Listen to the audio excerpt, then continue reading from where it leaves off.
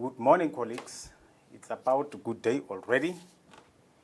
And I hope with that now you are all well wherever you are. And as you can see on the screen, my name is Mohapi. And what I'm going to do with you today, I'm going to do writing with you. And the genre that we are going to deal with, it's a letter. I'm going to take you through how we write a letter, how to administer this type of genre in the classroom. That's what we are. That's what I'm going to take you through today. Now, my presentation outline, I'm going to start with an introduction, which is actually the letter in terms of why do we write a letter and how do we write a letter and all that type of stuff.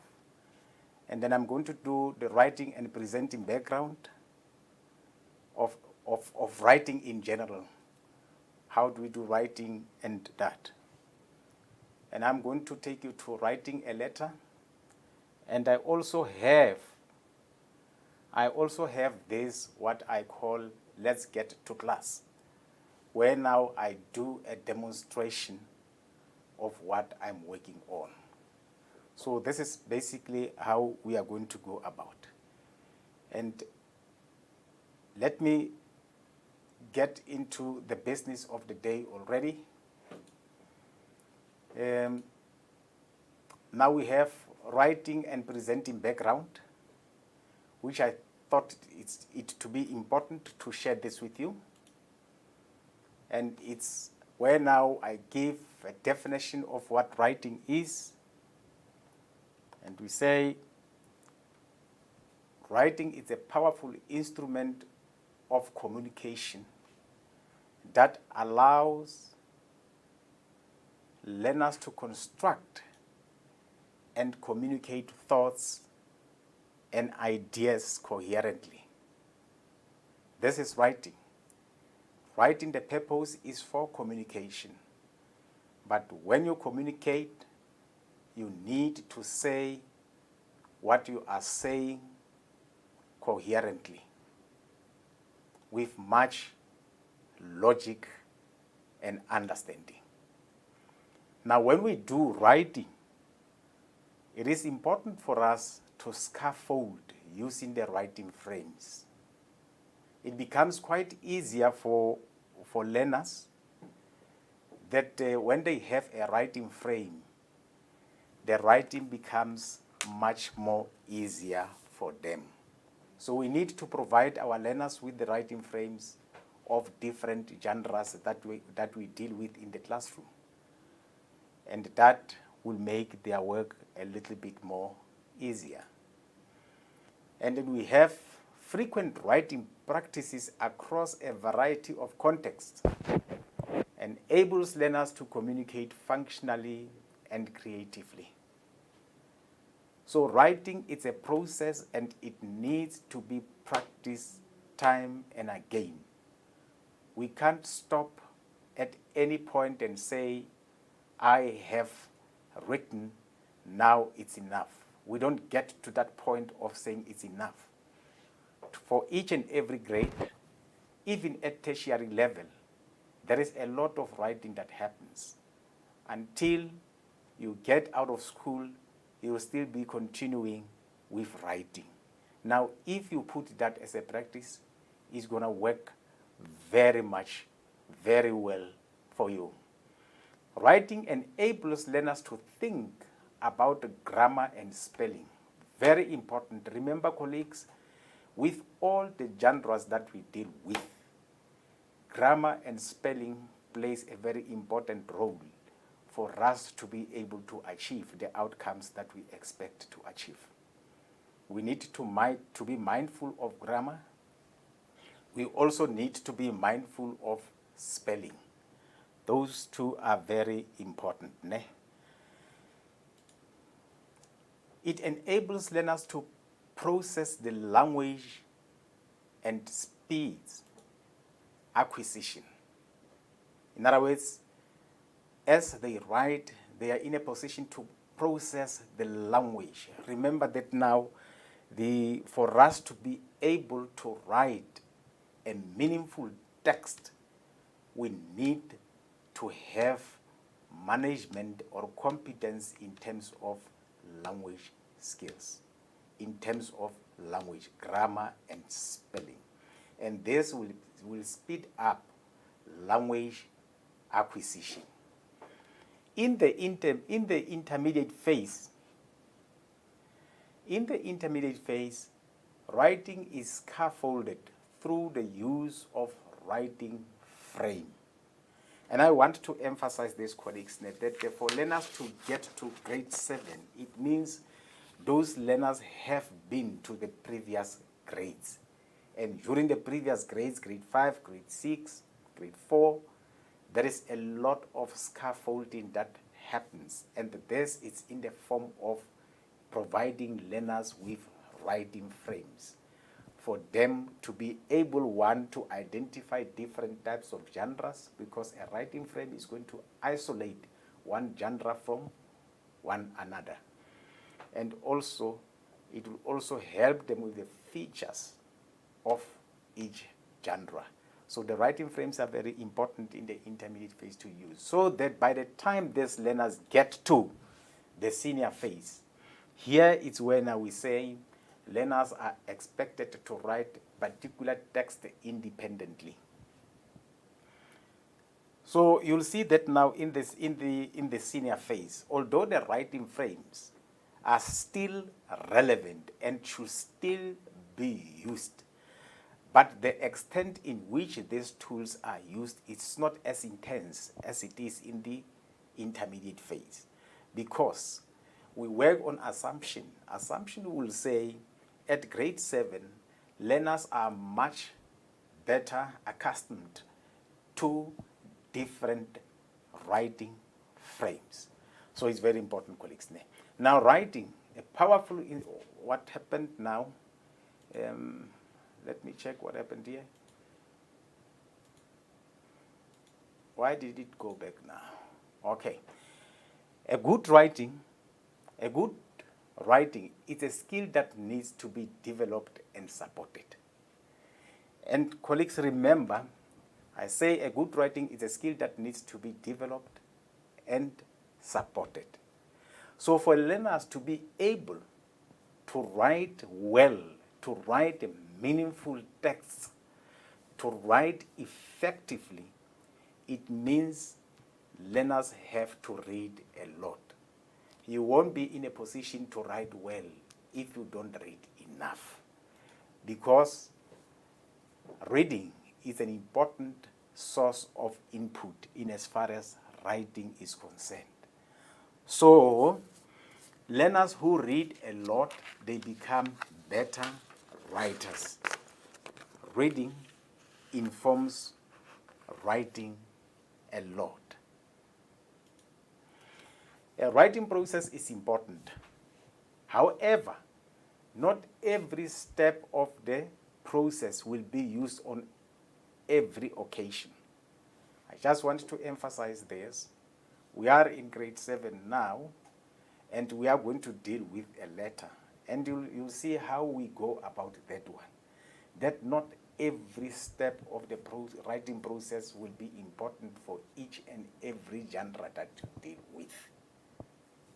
And I think you'll take note of that for you to be able to support your learners accordingly. Let me cite an example of what I mean here. If we are to write, let's say a letter for an example, then we are going to employ the writing process to write this letter. But is it really necessary for us to go through each and every step of the writing process when you do a letter? At times, because you'll have provided learners with the writing frame, you can use the writing frame as a scaffolding. In fact, it's scaffold learners' writing. So at times you'll see that now mind map might not be that necessary. as you do that. You can do a mind map or a flow chart or a list, but it doesn't mean that now when I write a letter, I can't, because I already have a frame. I can't write without doing mind map. You can do mind map. You can at times not do mind map, but your writing will still be okay. Why do I say this? Remember that now I said we are working on an assumption that from grade 4, grade 5, grade 6, these learners have been introduced to relevant writing frames, and they have been explained, and learners have now internalized these things. They now understand them. When they come to grade 7, a teacher might want to focus on something else in as far as this writing is concerned. For an example, a teacher might deem it necessary to focus on, okay, what am I going to focus on in grade 7? Sentence construction. Because I, as a teacher, will say, they know the writing frame. So it's not that important for me to present the writing frame to them again or to explain the writing frame, because the assumption is that now at grade 7 they are already familiar with that. But we need to check our learners. We need to know them well, because during that stage of lesson presentation, when you bring in prior knowledge, that will help you to establish whether all learners are familiar with the writing frame or not. In that case, in the case where they are now familiar, you as a teacher might want to focus on something else like sentence construction. Now I'm going to support my learners in terms of how to develop, how to construct different types of sentences, how to go about conjunctions, adverbs, and all that. That's going to be my focus. And paragraph writing, the introduction, the body, the conclusion, that's what I might want to focus on as a teacher. And then putting aside other aspects like the writing frame and that. But remember that now I said, before you do that, you need to establish the level at which your learners are operating. If you've got some learners who still struggle with the writing frame, it will be necessary for you to go through everything. Now, the third one that you might want to focus on is learners writing texts without drafts in preparation for an examination. I want to elaborate a bit on this point, that one of the aspects that you might to focus on as a teacher, because in an examination, the learners do not write a draft and edit and come up with the final draft. What they write in actual fact, it's the final draft in an examination. Now you also need to prepare them to that kind of a situation. We say learners writing text without drafts in preparation for the examination. When you realize that now my learners are quite competent in the process of drafting and mind mapping and drafting, you are now going to say, let them write a letter, for an example. Let them write a letter in the same way that now they are going to do it in the examination, because that's what examination expects them to do.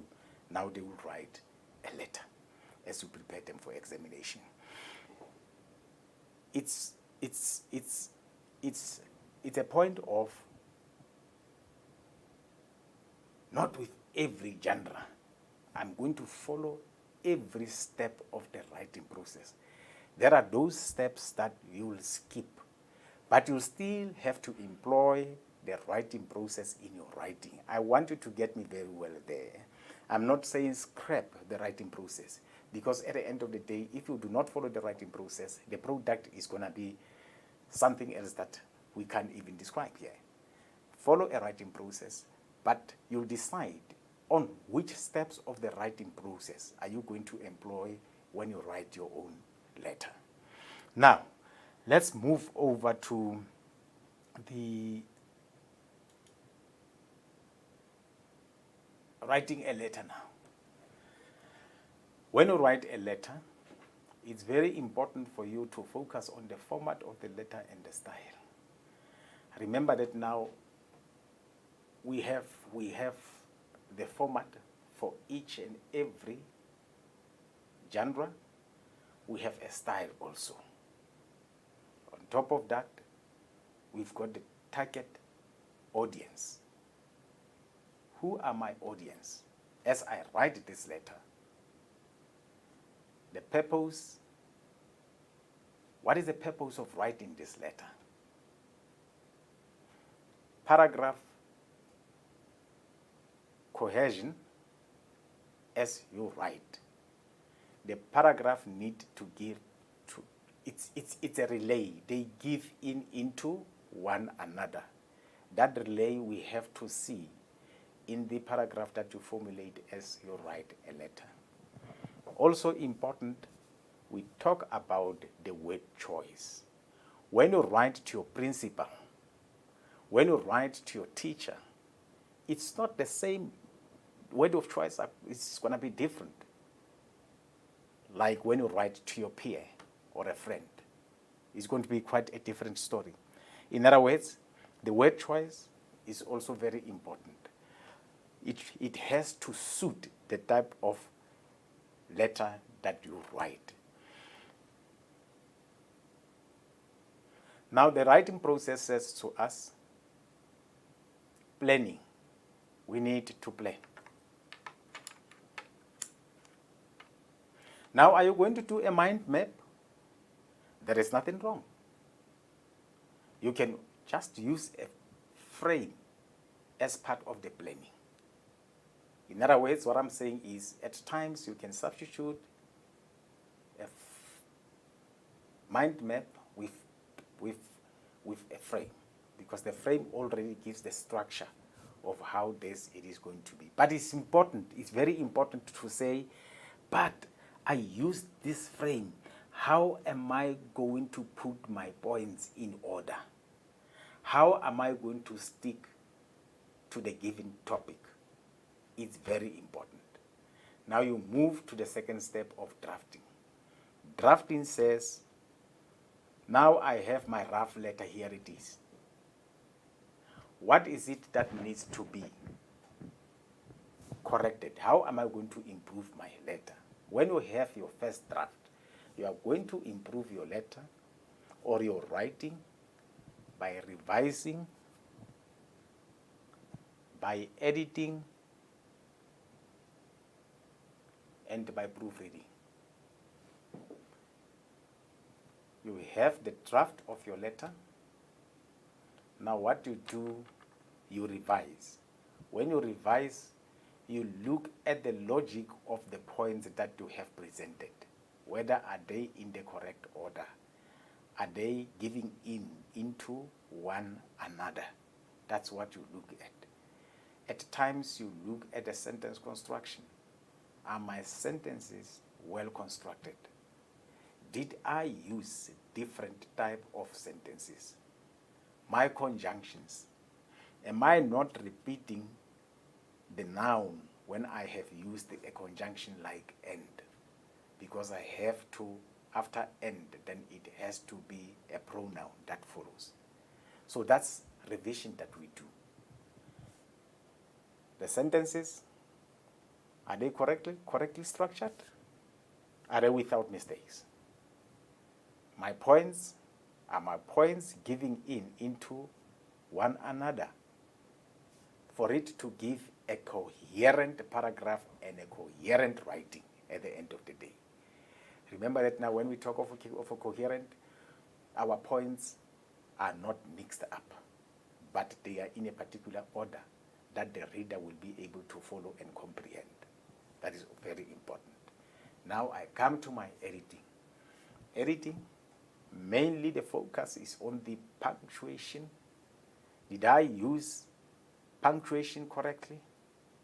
Or did I omit a full stop or a comma for my writing to be understood with much ease? If the statement is in a form of a question, Do I have a question mark at the end?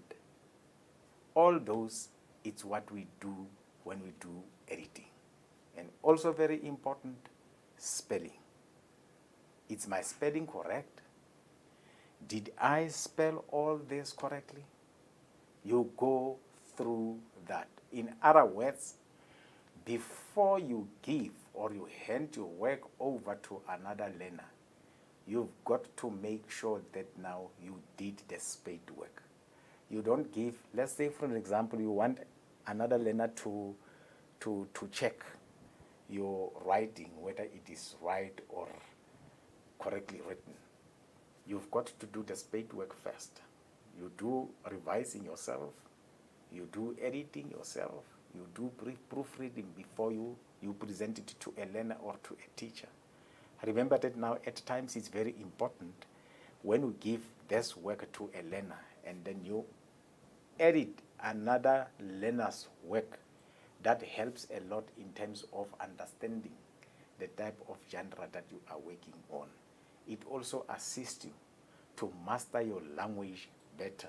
If you are able to pick up some mistakes in terms of spelling, if you are able to pick up some mistakes in terms of punctuation, in terms of sentence construction, then it means as you check, you edit your peers' work, you are also learning, and it's very important. And remember that now you also even learn when you check your own work. You learn in terms of spelling. Now proofreading, now I read this for the last time now, because when I proofread, in my mind is that now all the mistakes now are eliminated. What needs to be corrected has been corrected. Now let me read my text that I have produced for the very last time before I hand it over to someone else. Proofreading is also very important. Now, if what you read makes sense to you, it means it will make a sense also to a person who's going to read it. Now remember that now, kids, as you give this to your peer, and then you give your work to your peer, and it's a work that you do not quite enjoy, remember that now the peer is also not going to enjoy that. If it's a work that is full, that is riddled with mistakes and that type of stuff, no one would like to read that. So you need to make sure that now what you give over, it's what you have enjoyed reading yourself. And then finally, then you'll present this to your teacher. Now, remember that now our topic for today is a letter. Now we are going to write a letter. And I want to write this letter with you. But I still have these points to take you through as we write a letter. We have two types of letter that should be written. We have two types of letters, and I want to believe that now you all know those. That now one, we have informal or a friendly letter. Now, this is a letter that you write to your family members if you live far from one another. Perhaps you are a learner at a certain town, at town A, and your parents are in town B. Then you can write a letter. You'll write a letter to them just to check how they are doing or to inform them about a particular matter that you want to bring to their attention. Or you write to your friends. There are a lot of stories, quite interesting stories that you share with your friends. Isn't it? It's true. You write to your friend, you want to tell your friend about how good you are performing at your school as a grade 7 learner or as a grade 6 learner. Now you write to your friend, you share ideas. Or there is a nice thing that happened about you, that now you were chosen as a class leader at your school or in your class. You are a class leader or you are a team leader with whatever activity that you are given. Now you need to share that with your friends. How are you going to share it? Then you are going to write a letter where now you share those with your friends. And we are saying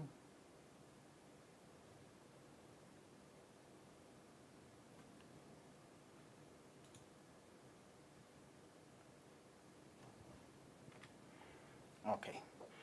I was saying, in other words, before you write a letter, either to your family member or to your friends or to whoever, there has to be a purpose for that. You need to have a purpose for that particular type of writing. You don't just write because you feel like, but you want to write because you want to convey a particular message to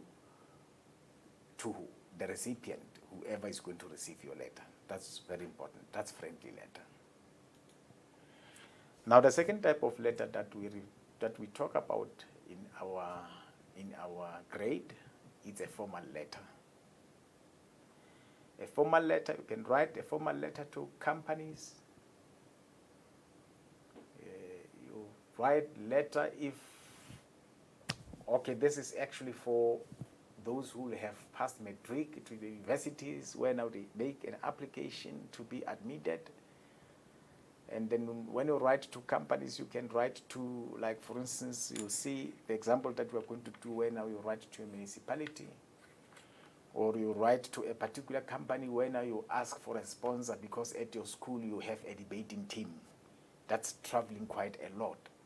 Now you'll write to a particular company. I don't want to say names of the companies in any way, but now you want a sponsor. You ask for a sponsor.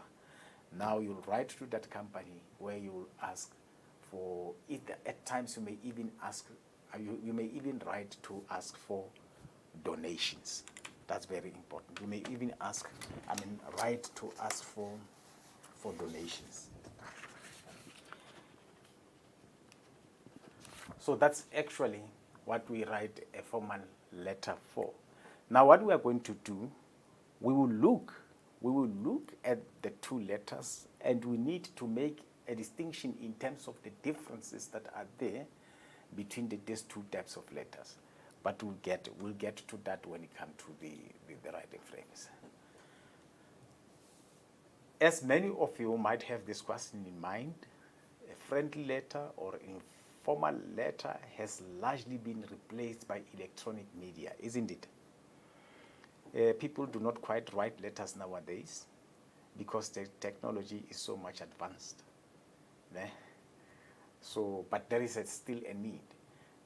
Remember that now initially, or say some years back, the letter was a very important a form of communication.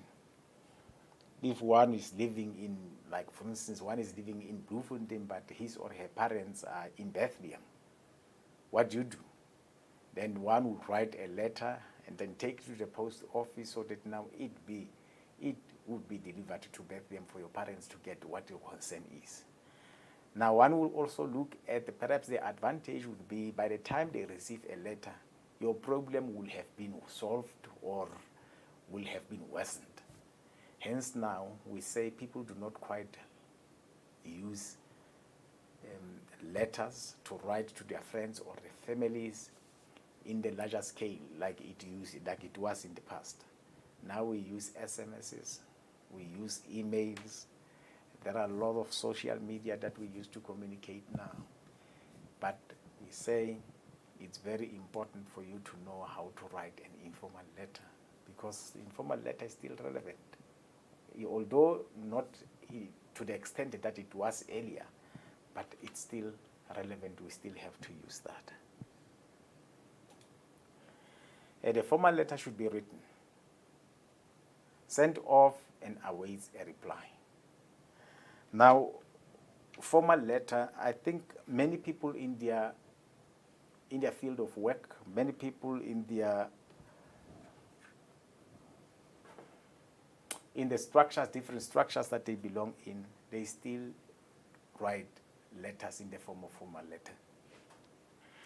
Now, when you write a formal letter, you write it and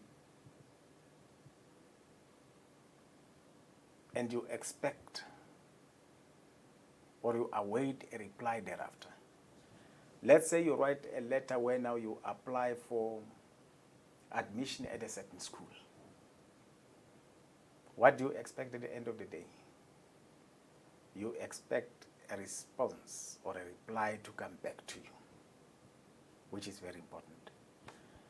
A response needs to come back to answer the concern that you will have raised in the letter that you have written.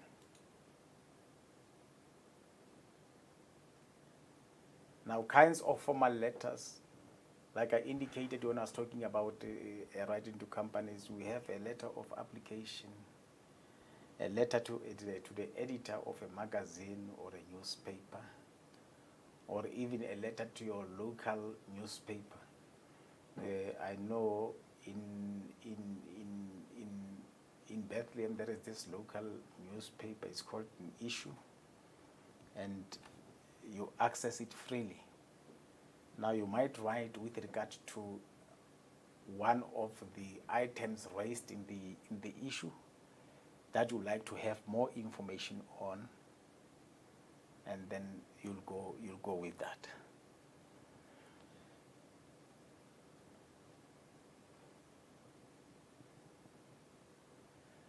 Now, let me talk directly to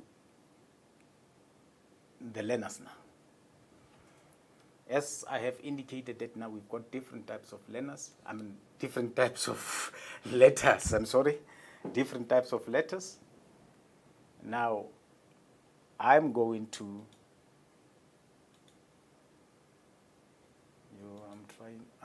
there it goes.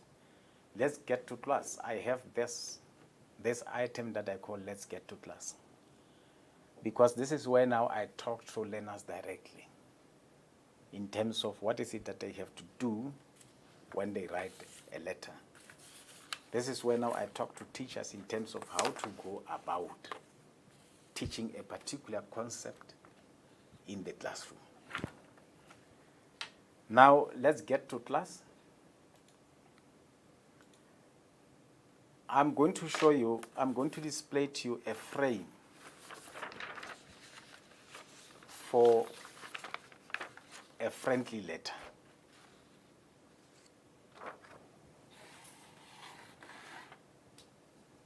Because you've got to see how a friendly letter looks like. And what I'm actually saying is, teachers, before you write a letter or any type of genre or text type as they are referred to in our post-CAPS policy document, display that for learners to see how it looks like. Before you come to the teaching part of it, you need to display that. They have to see how the letter that they are expected to write or the diary entry that they are expected to write looks like. Now I'll switch over to this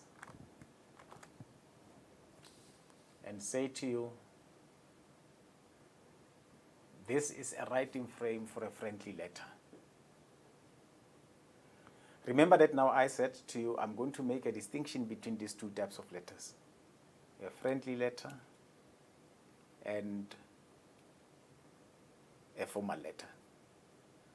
Now a friendly letter, there it is, it has an address. When you write a letter, you've got to start with the address.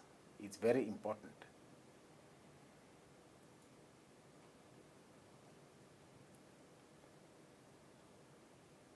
Now, after the address, you've got to have a date.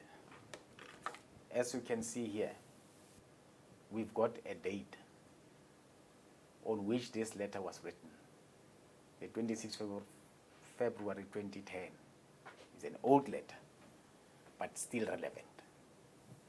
Now, when you write a friendly letter, Your salutation, this dear, here we have dear. It might be dear Sipo, or dear friend, or dear Tabo, because Sipo and Tabo are the most famous South African names, ne? Sipo and Tabo. So you say dear Sipo. Very important, after dear, you don't put any punctuation. No punctuation should be seen after dear. At times, when you move around, you'll see some learners having put there the colons. Colons like, if I may show you, they will say dear, and then they will put the colons like that. That's, it's quite wrong. We need not to see it at all. So teachers, during your informal teaching of this, these are the issues that you need to address. Because I don't know where that one was picked up, but at times you see a colon being written there after dear. It's incorrect. There is no colon there. Then it's your letter. It's a frame. At times you give a frame without leading sentences, but this one has got leading sentences. I'm writing this letter to you because now they have to complete. I think of you when there's a friendly letter. There's a frame of a friendly letter. You can also have a frame with no leading sentences at all. It's very important. But this one I'm saying, let's look for the grade 7. There's a writing frame for a letter. And that's how we go about it. Now remember that now I spoke about 2 types of letters, or 2 kinds of letters. Now this is a friendly letter. Then how do we end our friendly letter? Lots of love.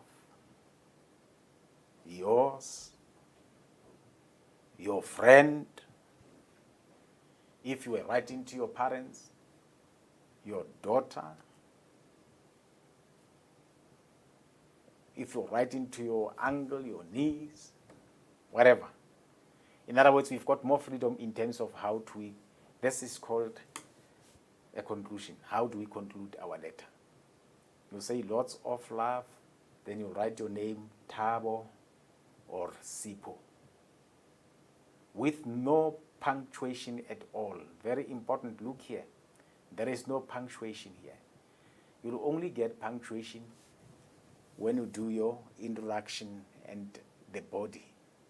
But when you come to the conclusion, lots of that, there is no punctuation there. It's very important, colleagues. At times, learners get tempted to put a full stop there. It is not needed. It's necessary. You lose your marks unnecessarily if you put a full stop. When you add colons here, it means you discredit yourself with your marks unnecessarily. Do not do that. Now, that's a frame for a friendly letter. Now I have got a frame here for a formal letter. I want to believe that now you can see the difference between the two. The friendly letter. Let's look at the friendly letter. Friendly letter has one address. One address. And then we come to formal letter. There are 2 addresses. Now, this address, it's your own address. If you are Tabo or you are Sipo, this address one, you are going to write your own address.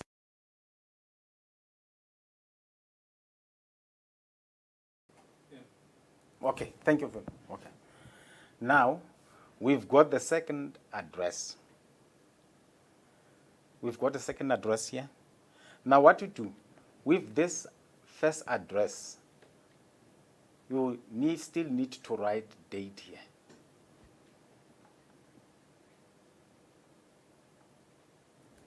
With this first address, I'm sorry, not the second. first address, you shall have to write a date. Remember, your letter has to be dated for a person who reads a letter to know when was this letter written. So it needs to have a date.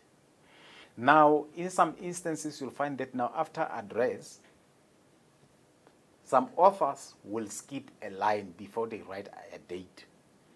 Others do not skip a line. Now, it doesn't matter whether you skip a line or not. It's still acceptable. Both cases are still acceptable. And you won't be punished if you skip or if you do not skip a line. I want to believe that now this is something that now teachers have also taken notice of. Now the second address, this is the address that of the company you are writing to or of the person you are writing to, the second address. Let's say you are writing to your municipality, for an example. It will be your municipality's address here. The second address, it will be for your municipality. Now let's look at the salutation. Let's look how different the salutation is. Remember that now with the formal letter. With the formal letter, I said to say, dear Sipo. I mean, with the informal letter, informal or friendly, you'll say, dear Sipo or dear Tabo. But with this one, you do not state the name of a person that you are writing to. You are writing to a company. Who's going to receive that letter in a company? You are not sure. Hence, now you have to write, or you write to your municipality. You are not sure who's going to receive the letter. Then you write, dear sir or dear madam. Why dear sir or dear madam? You are not sure whether the letter is going to be received by a gentleman or a lady. Hence, now you have to accommodate for both. Whoever receives the letter, then it's okay. You have to accommodate for both cases because you are not sure who is going to receive your letter. And then we go. You'll have your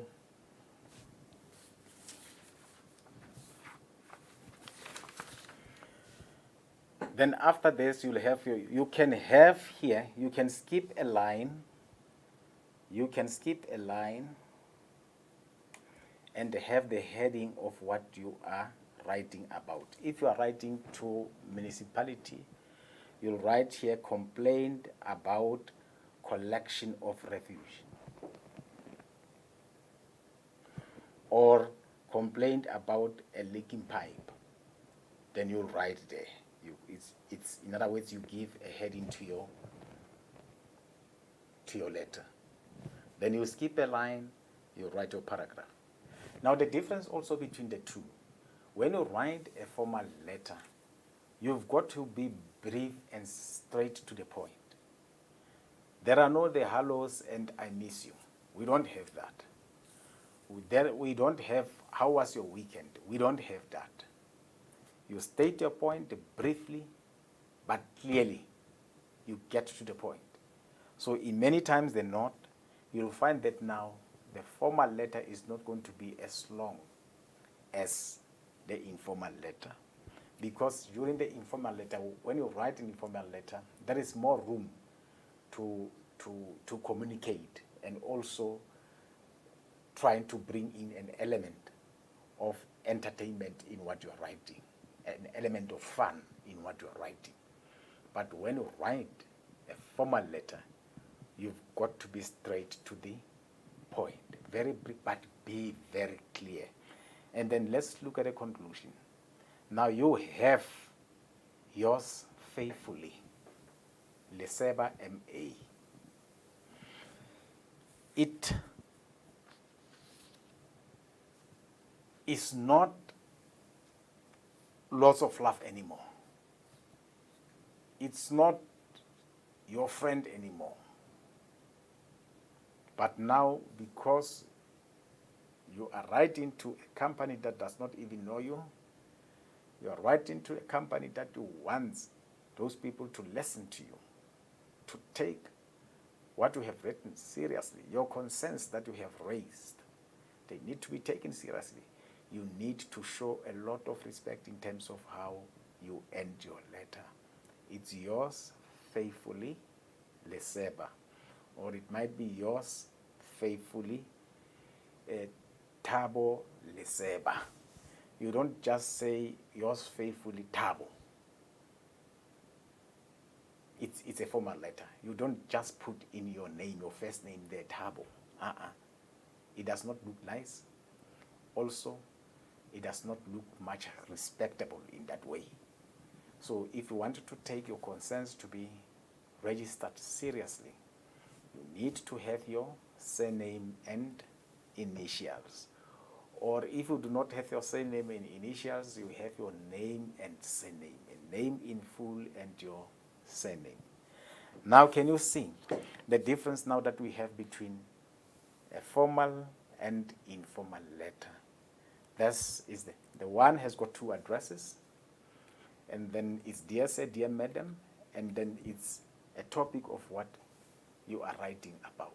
It's a complaint about a leaking pipe, or perhaps whatever concern. The street full of potholes.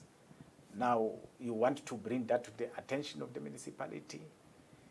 Then you raise the issue of the roads that are not well. Then we come to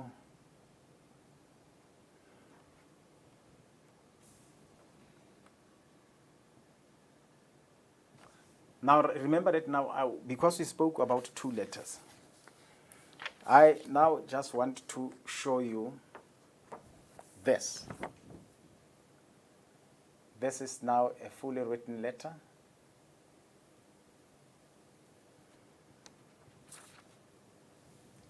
You have the manager, you have your address, and then the manager, and then dear sir, I'm writing this letter to request copies of the beautiful brochures and posters that you provide free of charge for educational use.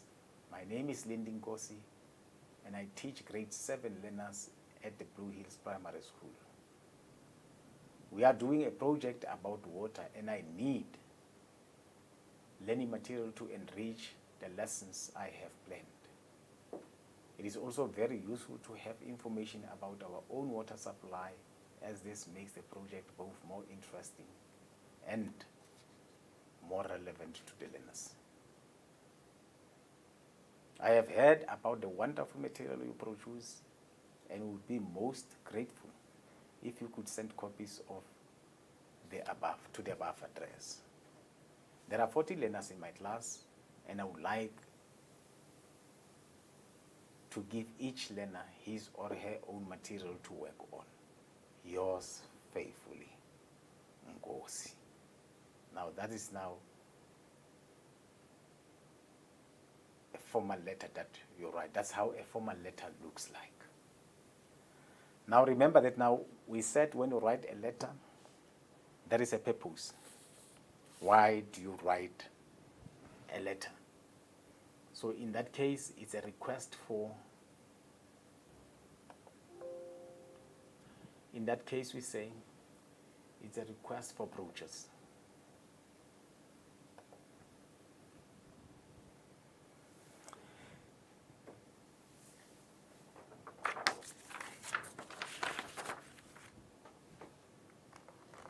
Switch. And then we have the second bullet, display a frame for a letter. I did that. Now complete a frame for demonstration. Now we are going to complete a frame for demonstration on how to write a letter, so that now at the end our letter should look like the ones that we have seen. But before I come to that, I want to do this. When do you write a friendly letter? We have indicated that now you write this to your friends or your family members. Now my other question will be, have you ever received a letter? There should be a question mark there, it's omitted. Have you ever received a letter Now, if you once received a letter, you know how it is to read a letter from a friend. And some of you, I know that now have received, because our colleagues are quite hands-on in terms of, there's the pen pal project, where now learners are writing letters to one another. So some of you have received letters that now was from your pen pal friend. I mean, your friend, and then you know how to read and how to respond to that. Now, if you have not yet received a letter, I think for you to receive a letter and to have a feel of how it is to receive a letter, you need to start writing one letter yourself. Write a letter, and then you'll be able to receive a letter. Because it's nice. It's nice to receive a letter, and it's those who have received a letter will tell you that now. They will tell you how good it is to receive that from a friend. Now, I want us to have this experience. We need to have this experience of how to receive a letter. You need to start writing a letter yourself for you to be able to receive it. Okay. Now let's get to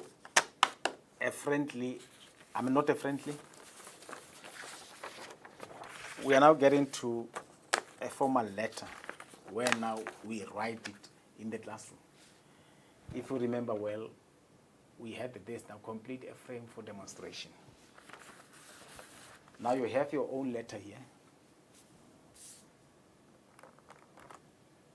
You are provided with a frame.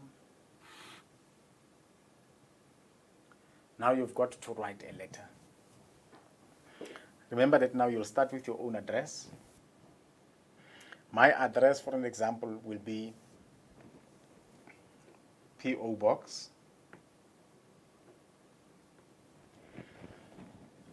I want to believe that now you are aware, you know that now P.O. stands for Post Office Box, and then there is a full stop at the end of each letter. Then it's 2208. That's my real address. But do not write to me, Do not write to me, because I don't want to receive a lot of letters. Do not write to me. And then I'll say P.O. Box, Bethlehem. Unfortunately, I've written a date there already. Then I'll write a code. Let's say there is a line here. I'm sorry for this. Then we have a line here. It's 9710. 9700. That would be my address. Now I'm writing a letter to the manager at the municipality. Then I'll say here, the manager, M with a capital letter. You see, it starts with a capital letter, M with a capital letter. Now, I'm writing to the municipality, the manager. Then I will have, perhaps it will be here, it will say, the Dihlabeng municipality.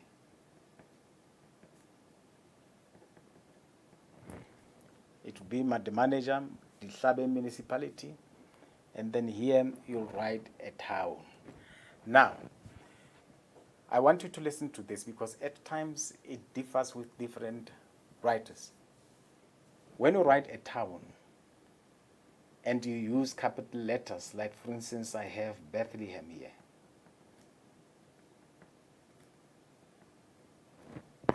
I have Bethlehem. There is no need for me to write a code. I can omit a code.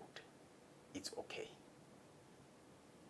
But when I write with small letters, then the code has to be there. Are we clear? At times we'll write this without a code, with capital letters. there is no need to write a code. And then you can have Bethlehem, only the B being in caps, then you write a code there. Then you write the essay. Now remember that now there is a purpose. Ne? Why do you write this letter? A scenario will be given for you to write a letter. Right? A scenario will be given for you to write a letter. You are not just going to write a letter. Your teacher will not say, write a letter without giving you a particular scenario. In other words, what you are going to write about. Now, in this instance, it says, write a letter of complaint to your municipality about a leaking water pipe at your street or in your street. You write a letter to your municipality. There is a leaking water pipe in your street. Now you want them to come and fix that. Then you can have the heading of your letter here. Now I have already scribbled on this. Then it's not going to look nice when I write on top of that scribbling. Let me just leave it like that. Then you'll say, a leaking pipe in my street, for an example. That's a heading. In other words, they know already what this letter is all about. It could be a leaking pipe. It's just that now I don't want to write on this because I've already done that. A leaking pipe in my street. Then you write. You start writing now. You have your own topic or the scenario is given. Then you'll say, there is a leaking pipe in my, okay. There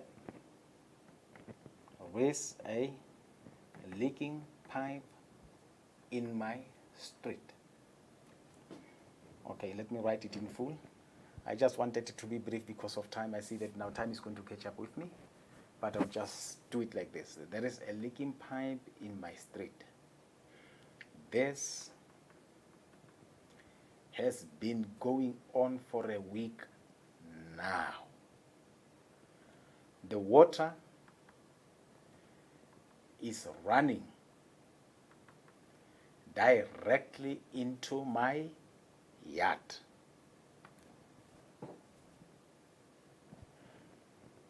I humbly, now it's another, it's a new paragraph. The star indicates one paragraph, there's another paragraph. I humbly request you to attend to this matter as soon as possible. But remember now, the streets have names. You've got to indicate the area. I live in street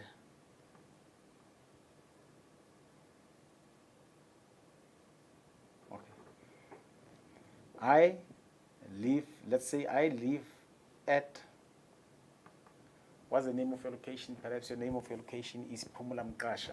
I live at Phumula Mqasha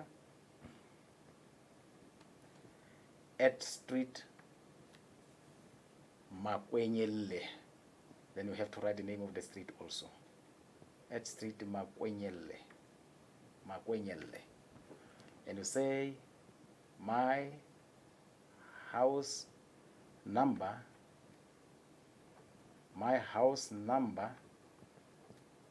is 9710. Now you have indicated your location, your street, and your house number. So in other words, and you have also raised your problem. Your complaint is about a leaking pipe. Now these people, they will know very well where to go if they need more information with regard to the matter that you have raised. And then at the end you'll say, okay, I will be glad to. I will be happy if you attend to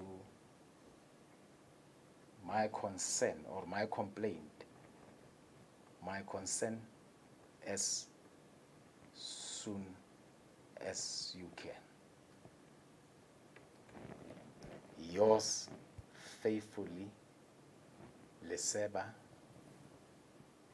Yours faithfully, Leseba, M.A. That is actually the formal letter that you have to write. Now, in the previous grades, before grade 7, it is important for teachers to display different writing frames in the classrooms for learners to know what this frame is about. So it's important to have that. And now we have gone through about also when these frames are displayed there, remember they are not going to be displayed from January to December, but you look at during this term or during this cycle. Let's talk about the term, so to say, during this term. What genres am I going to deal with? Then those are the writing frames that you will display. You are not going to display the writing frames of everything that is there in your policy, in your ATP. It has to be those that you are working with them currently, or you are going to work on them quite soon. Now, the other important aspect, after that now learners will have written. Another important aspect will be the marking of the letter or the marking of the genre that they will have dealt with.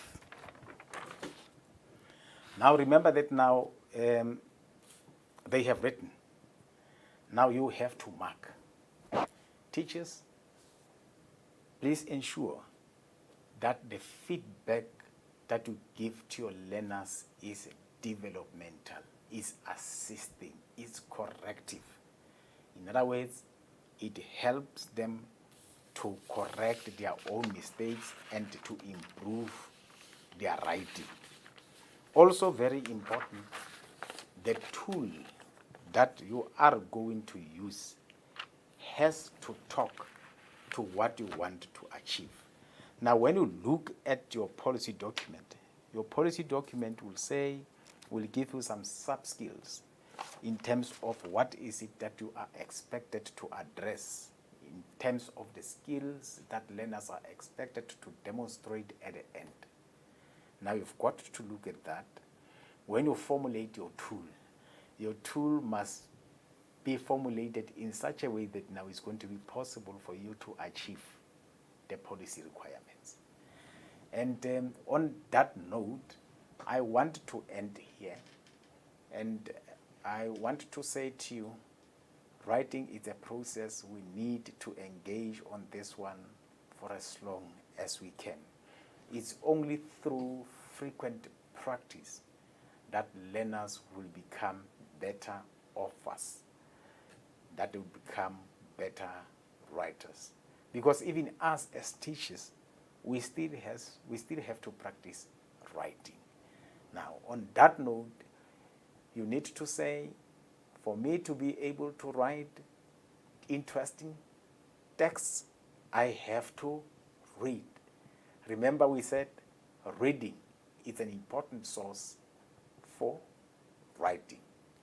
And I want to end on that note and say to you, good luck in your